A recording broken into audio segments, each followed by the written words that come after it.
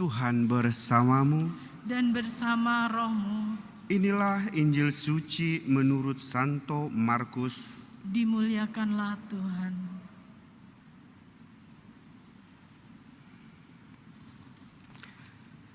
Yakobus, sekali peristiwa Yakobus dan Yohanes anak-anak Zebedeus mendekati Yesus dan berkata kepadanya, "Guru, kami harap engkau melakukan apapun yang kami minta dari engkau." Jawab Yesus kepada mereka, "Apa yang kamu kehendaki aku lakukan bagimu?"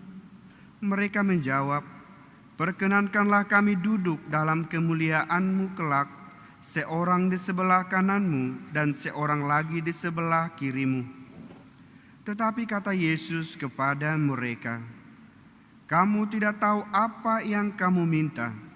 Sanggupkah kamu meminum piala yang harus aku minum dan dibaptis dengan baptisan yang harus aku terima?" Jawab mereka, "Kami sanggup." Yesus lalu berkata kepada mereka, "Memang kamu akan meminum piala yang harus aku minum dan akan dibaptis dengan baptisan yang harus aku terima. Tetapi hal duduk di sebelah kananku atau di sebelah kiriku, aku tidak berhak memberikannya. Itu akan diberikan kepada orang-orang yang baginya hal itu telah disediakan." Mendengar itu, ke-10 murid yang lain menjadi marah kepada Yakobus dan Yohanes. Lalu Yesus memanggil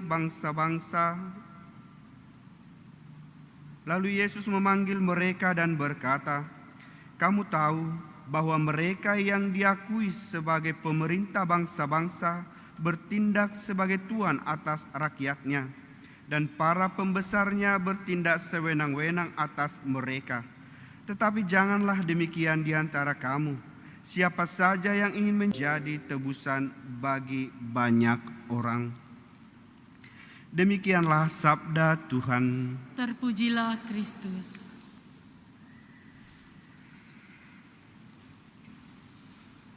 Saudara-saudariku yang terkasih, kita telah mendengarkan 3 bacaan yang sangat menarik. Mungkin muncul pertanyaan di dalam pikiran kita, siapakah di antara kita yang tidak ingin mendapatkan kebahagiaan? Siapakah di antara kita yang tidak ingin mendapatkan kehormatan?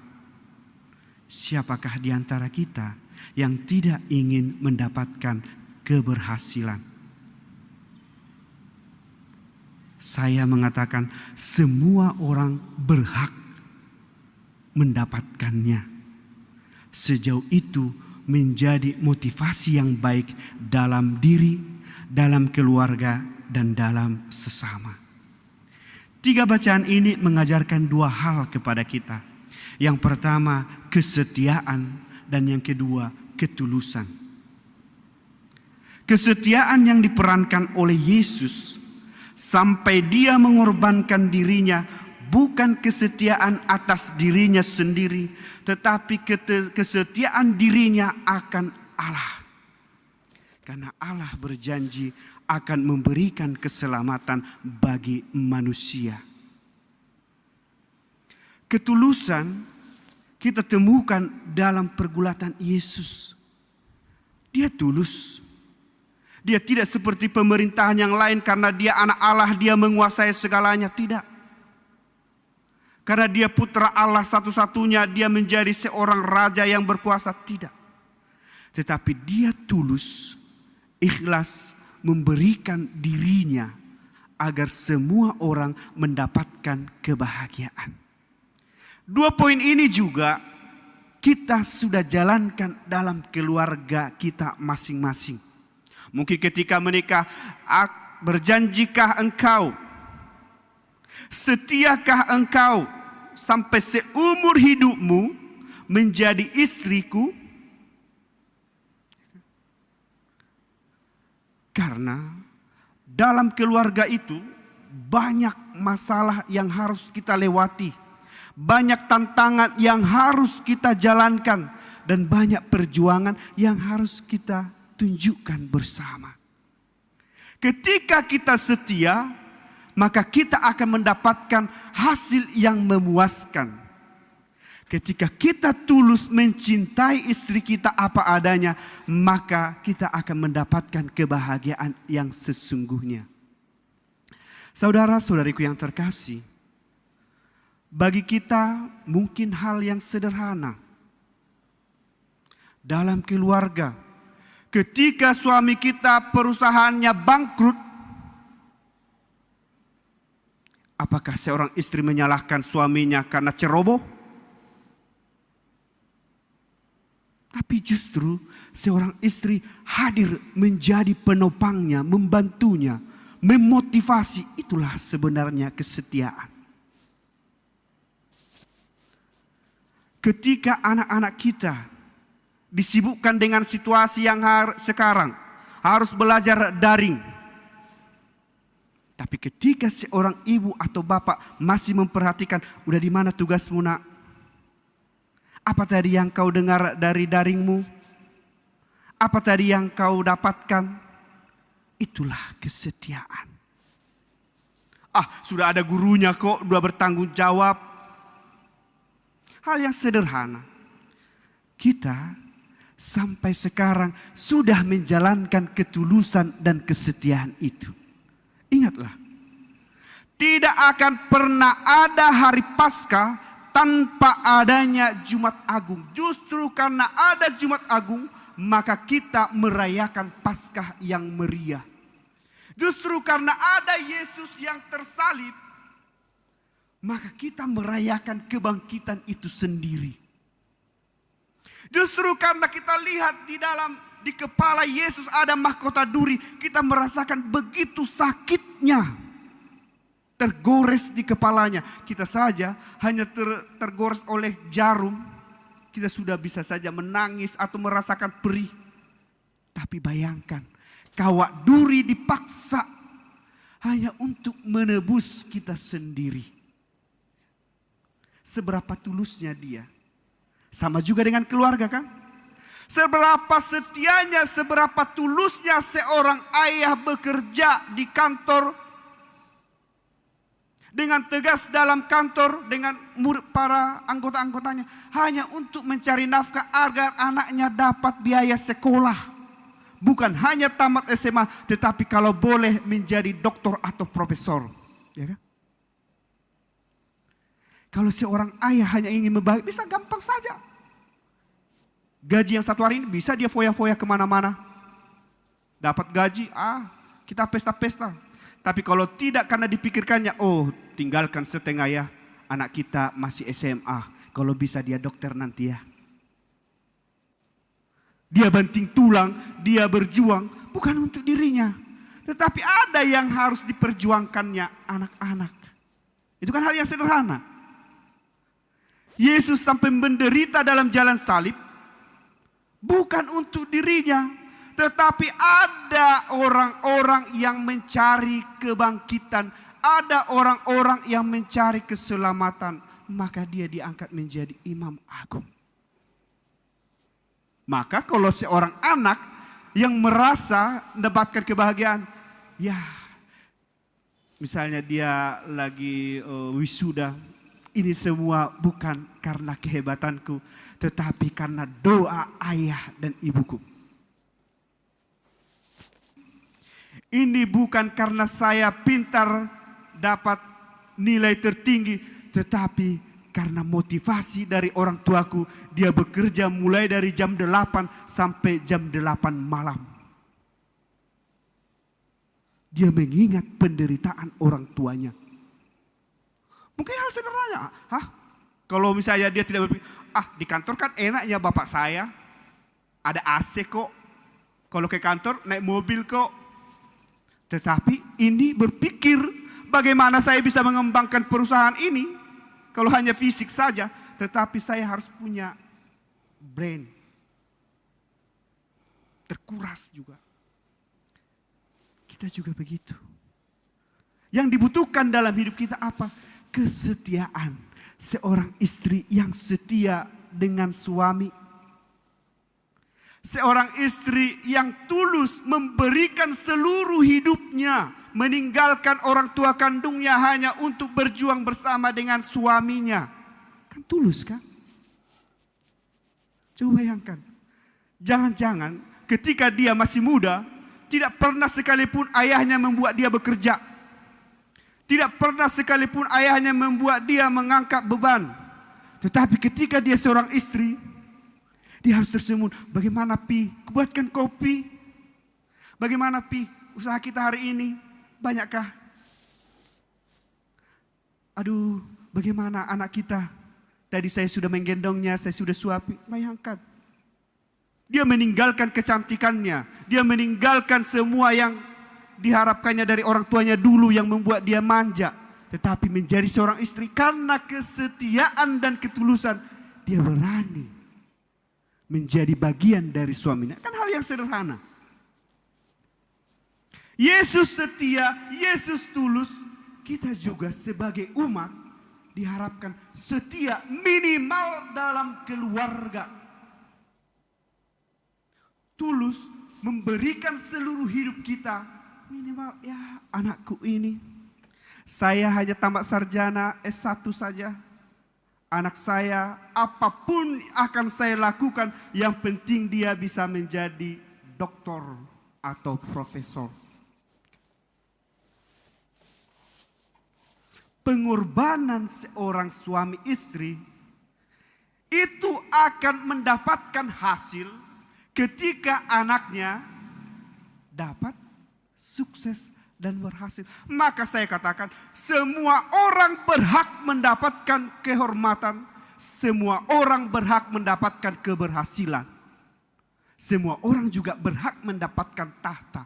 Tapi ingat, jangan seperti dua murid tadi mementingkan diri mereka. Satu di kiri, satu di kanan. Yang 10 lagi di mana? Di bawah. Di dapur.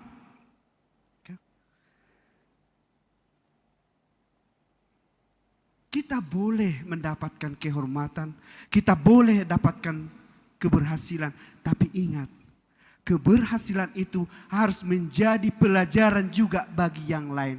Kalau kamu pintar, ajari yang lain. Mungkin sudah pernah saya katakan kan? Seorang ayah atau ibu mengajari anaknya, tidak satu hari dia mengajari anaknya untuk mengatakan ayah atau mama atau bapak. Bisa sampai 3 bulan.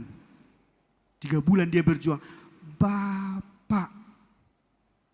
Setelah 3 bulan dia setia mengajari anaknya. 3 bulan langsung dia bapak. Wah, anakku sudah pintar. Dia tidak melihat bahwa 3 bulan saya berjuang. Tapi ketika berhasil, itulah kebahagiaan yang sesungguhnya. Ketika Yesus bangkit, itulah kebahagiaan yang dicari oleh manusia. Ketika anak bisa sarjana, itulah keberhasilan dari orang tua. Hal yang sederhana. Maka 3 bacaan hari ini mengingatkan kepada kita. Bacaan pertama, yang kedua, engkau sudah menjalankan kesetiaan itu dalam hidup. Engkau sudah menjalankan ketulusan itu dalam hidupmu. Tetapi beranikah engkau ketika ada tantangan, engkau tetap setia, tetap berjalan dalam kebaikan? Bagus yang dikatakan oleh 2 murid tadi. Apakah engkau mau meminum cawan yang aku minum? Ya, aku mau. Ketika suami mengatakan, hei istriku, kalau perusahaan kita bangkrut, apakah kau masih setia menjadi istriku? Kan hal sederhana kan? Ketika perusahaan kita turun harga atau masukan sedikit, apakah kau masih setia menjadi istriku untuk merawat anak-anakku? Kalau dia tidak setia, ngapain aku setia untukmu? Bapakku dan mamaku orang kaya kok. Tapi dia tidak melihat itu. Tetapi dia tidak melihat depan. Aku kan berjanji menjadi setia menjadi istrimu seumur hidupku. Sampai mati pun aku tetap berada di sampingmu. Ya kan? Hal yang sederhana. Apakah kita sudah menjalankan dalam keluarga? Sudah. Karena hari ini Kalau bisa kita lihat di rumah masing-masing ya. Apakah anak kita sudah sarjana? Sudah ada. Wah, ternyata selama 5 tahun saya mengumpulkan uang kuliahnya, uang apanya segala macam. Dia sekarang bisa mendapatkan. Apakah kau tagih kepada anakmu? Anak kau sudah sarjana sekarang, kembalikan yang 5 tahun yang lalu. Semua uang yang saya... Tidak.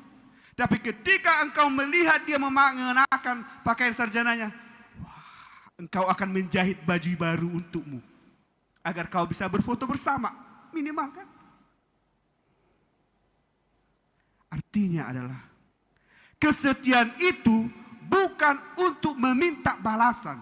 Ketulusan itu bukan untuk meminta balasan, tetapi ketulusan itu sebagai jawaban bahwa aku adalah milikmu.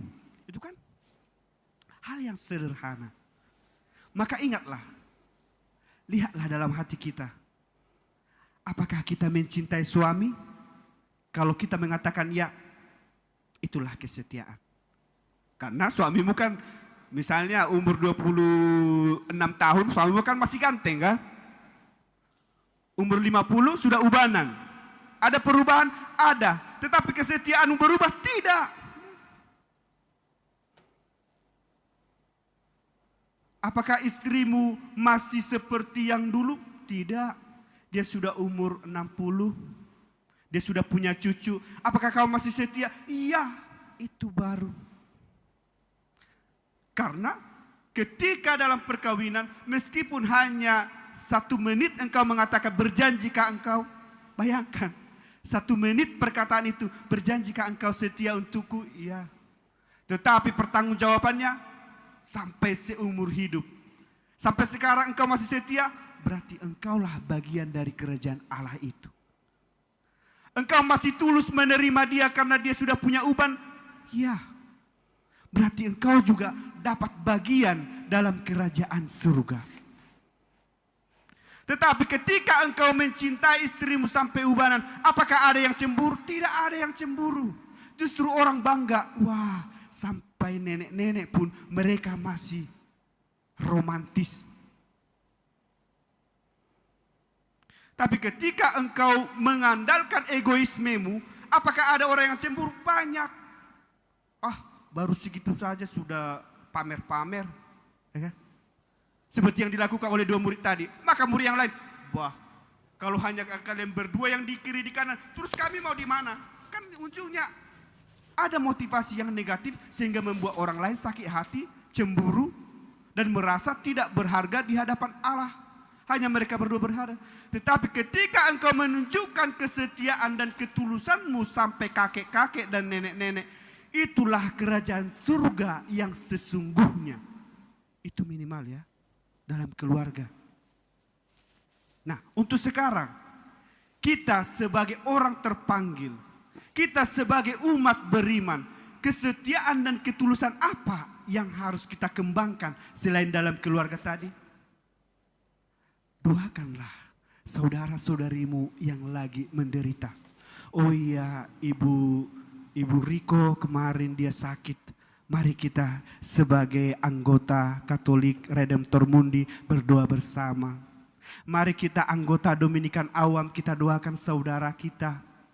Mari kita sebagai lingkungan Yakobus Rafael kita berdoa.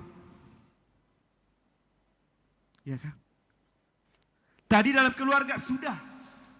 Ketika engkau setia sampai sekarang, engkau sudah bagian dari kerajaan Allah. Di luar keluarga, ketika engkau mendoakan sesamamu, itu juga bagian dari kerajaan Allah. Karena dengan sendirinya mereka juga akan mendoakan engkau. Itulah balasan yang sesungguhnya. Maka ingatlah, kesetiaan dan ketulusan menjadi jalan utama menuju persatuan dengan Allah. Ketika engkau sampai kakek nenek senyum kepada suamimu, engkau telah menjalankan kesetiaan yang sempurna. Karena perubahan ada kan? Tidak mungkin ketika dia 25 tahun rambutnya masih hitam dan cantik, ketika dia 70 tahun dia masih seperti itu. Minimal rambut berubah. Tapi setia, iya. Saudara-saudari yang terkasih, 3 bacaan ini mengajak kita kembali lihatlah di dalam dirimu begitu banyak cinta yang besar. Lihatlah di dalam dirimu begitu besar kesetiaan yang engkau lakukan karena engkau berjuang demi anak-anakmu. Engkau berjuang demi suamimu yang merasa gagal.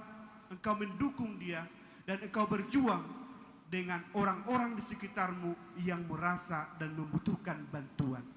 Itulah kesetiaan. Maka kita lihat Yesus. Apa sih menariknya Yesus kita cari-cari? Apa sih yang akan kita dapatkan ketika kita ikut dengan Yesus? Yesus punya karisma. Yesus menjadi contoh kesetiaan. Coba bayangkan, di media sosial banyak yang mengatasnamakan Yesus agar dia menjadi viral. Dulu saya pengikut Yesus, tapi sekarang saya sudah berubah ke sini. Maka saya ini yang terbaik daripada Yesus dulu. Ketika orang mendengar kata Yesus ini langsung, oh iya cari di Google. Siapa itu? Oh dia katanya mantan pastor. Mantan pastor 1 tahun. Padahal setahu saya saja belajar untuk menjadi pastor itu 9 tahun. Tidak pernah saya 1 tahun langsung jadi pastor. 9 tahun saya bisa menjadi pastor. Tapi banyak orang mengatakan 6 bulan saya menjadi pastor. Sudah langsung gara-gara saya dapatkan ijazah terbaik di luar negeri saya menjadi cepat jadi pastor. Karena saya dulu pengikut Kristus. Ketika mendengar kata Kristus kita langsung Orang banyak mengatasnamakan Kristus. Berarti karisma Kristus sendiri sungguh besar dan luar biasa. Sehingga orang menyalahgunakan nama itu. Lihatlah di dalam dirimu. Engkau hari ini, engkau yang dulu, siapa? Adalah cinta bagi orang lain. Maka tunjukkanlah itu. Saya bangga di tempat kita ini, meskipun saya hanya sebentar di sini. Semangat doa kalau misalnya saya lihat di Bunda Maria sana, banyak orang berdoa di sana. Saya yakin dia datang ke Bunda Maria itu bukan mendoakan dirinya, tetapi minimal mendoakan orang di luar dirinya, anaknya, usaha suaminya, mertuanya yang sakit, tetangganya yang membutuhkan doa devosi. Ya kan?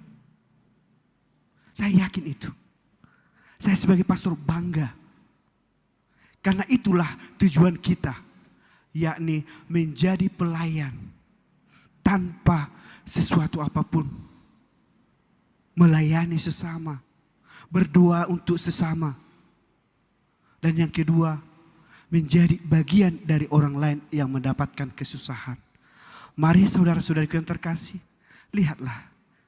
Di dalam dirimu, di dalam hatimu ada cinta yang besar. Dan cinta itu dibutuhkan oleh sesamamu. Dibutuhkan oleh anak-anakmu. Maka ketika engkau bercerai, kapan anakmu akan mendapatkan itu? Tapi ketika engkau tersenyum, meskipun ada luka yang kau alami, tapi ketika kau tersenyum di hadapan anakmu, dia akan mendapatkan cinta yang besar. Ingatlah, emas itu akan semakin murni ketika dia dimasukkan ke dalam api. Harus menderita dulu dia, maka dia akan semakin murni. Di dalam dirimu, apakah kau sudah pernah mengalami di api? Iya, sampai hari ini engkau tetap berdiri tegak. Engkau telah melewati api itu. Engkau akan tersenyum. Maka marilah saudara-saudariku yang terkasih. Cinta itu di dalam hatimu, di dalam hatiku, di dalam hati semua orang. Maka genapilah cinta itu karena kesetiaanmu dan ketulusanmu mencintai sesama. Tuhan memberkati.